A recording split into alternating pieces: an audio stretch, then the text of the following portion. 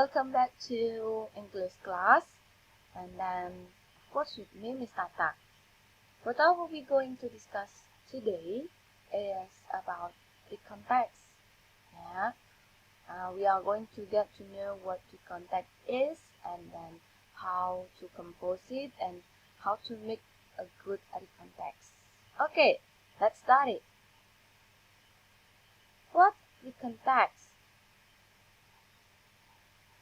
Recount text is one of factual text, because actually there are two types of the text: imaginary text and then factual text.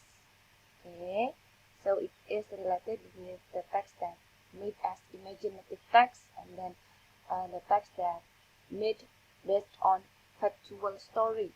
One of the factual text is recount text. So what is recount text? Based on the title, recount comes from two parts of the words, re and then count. In bahasa Indonesia, re kembali, count menghitung. Menghitung kembali, teks yang menghitung kembali. What is teks yang menghitung kembali? Recount text is a text that telling the reader about one story, action, or activity, or a text which retells events or experiences in the past. Writer should remember that while the purpose is to retell that, they still need to craft their retelling to be interesting to the reader. Yeah, so recount text is a text that retells someone's past story, past experience. So the story is already in the past, but now we retell it again in recount text. Okay. Content of recount text. As the other text, each of the text has its own contents, because each of the part in the text has its own name. So each part, each paragraph has different names.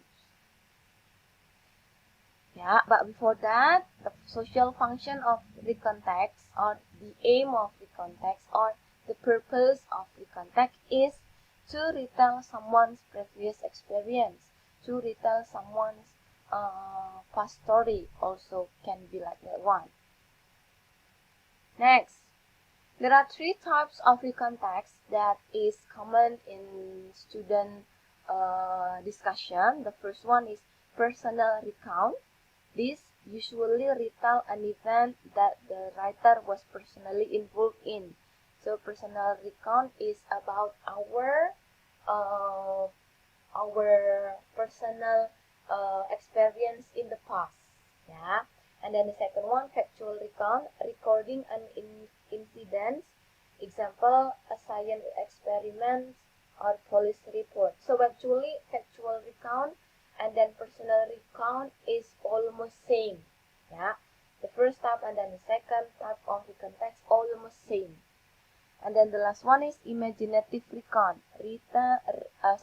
Writing an imaginary role and giving details of events. But for today's discussion is focusing on the first and then the second types of recount text.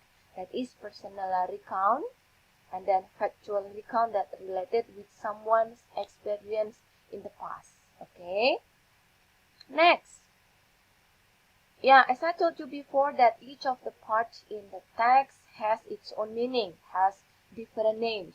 Like the first paragraph has its own name, second paragraph different name, and then the third paragraph with another name. Yeah. For generic structure of recount text, on the part 1 or paragraph 1, you have orientation or opening of the story. It always in the first paragraph, yeah.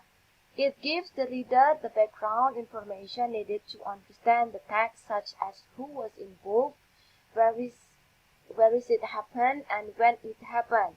So in orientation is opening information about the text, yeah. Next, on the second part or paragraph 2, we have events. A series of events ordered in a chronological sequence.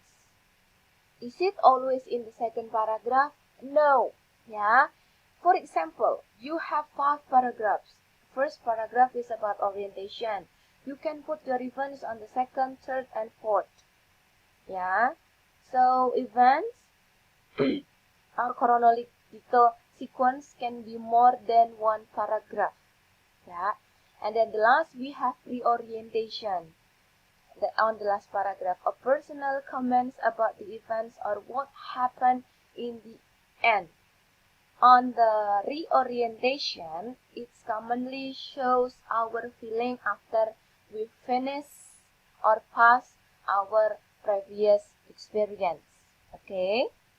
Next, language feature. In the previous, we have generic structure, nama-nama dari setiap paragraph. On the language features, it is focusing in grammatical sequence or grammatical features. How do you compose each of the sentence in the paragraph? The first one, because recount text is told about our past experience, of course the tenses is in past simple or past tenses. It can be in past continuous or past simple, yeah, or some people use past perfect tenses, also possible, or past perfect continuous tense, but we haven't discussed about past continuous, past perfect. So it's better you use past simple and then past continuous, yeah. Next, frequent use is made of words with linked events in time, such as next, later, when, then, after, before, first, and the other one. Yeah, it is the time signals in recount text. And then the last, not last, the third one, focus on specific participant. Example, I as the reader. It means that when we talk about someone's story or just say that it is about Miss Tata's story, Miss Tata just focus in Miss Tata's story itself. Yeah, I cannot tell about Chanel's story, Tobias' story, Lionel's story, or the other one. If I just put a sentence or two sentences that related with someone's story, another story, it is okay. But a whole of the story must be focused in Miss Tata's story. Yeah, it is about focus on a specific participant. Next, use the conjunction. Conjunction is related with frequent use is made of words which link events in time. So, time signal is related with conjunction that is used in recount text. And the last one, using an action verb. We have discussed about action and state. Okay, so 5 points on language features you must put on your recount text. Yeah. Next, this is the way to analyze the text. As usual in this exercise, I'm gonna ask you to compose your own and then you have to analyze each of the part. Yeah, this is the example. I have recount text, but I forgot to put the title. So next, whenever Ms. Tata asks you to make it, you have to put the title. Yeah, as the representing the story itself. Okay, the first paragraph is orientation. Miss, is orientation always in different paragraphs? No, sometimes you will find orientation is combining with first events. Yeah, so yeah, that is lucky for you if you find orientation in different paragraph, but sometimes don't be confused if you find orientation become one paragraph with events. Yeah, that is the orientation, events, and then the last one is reorientation. You can see the different color that I have already put by, on the text by highlighter. Yeah, about past simple. That is the blue one. The orange one is specific participant. The purple one is, what is it? Conjunction, yeah, and then a time signal. Violet, sorry, yeah. And then there is the orientation. That was my bad experience with my adolescence. Though there were still lots of good experience too. That is what have you feel after you pass your experience. Okay, that is the way to analyze the text, and then this is the example of recount text. Yeah. Okay, that is the end of our explanation about making a recount text.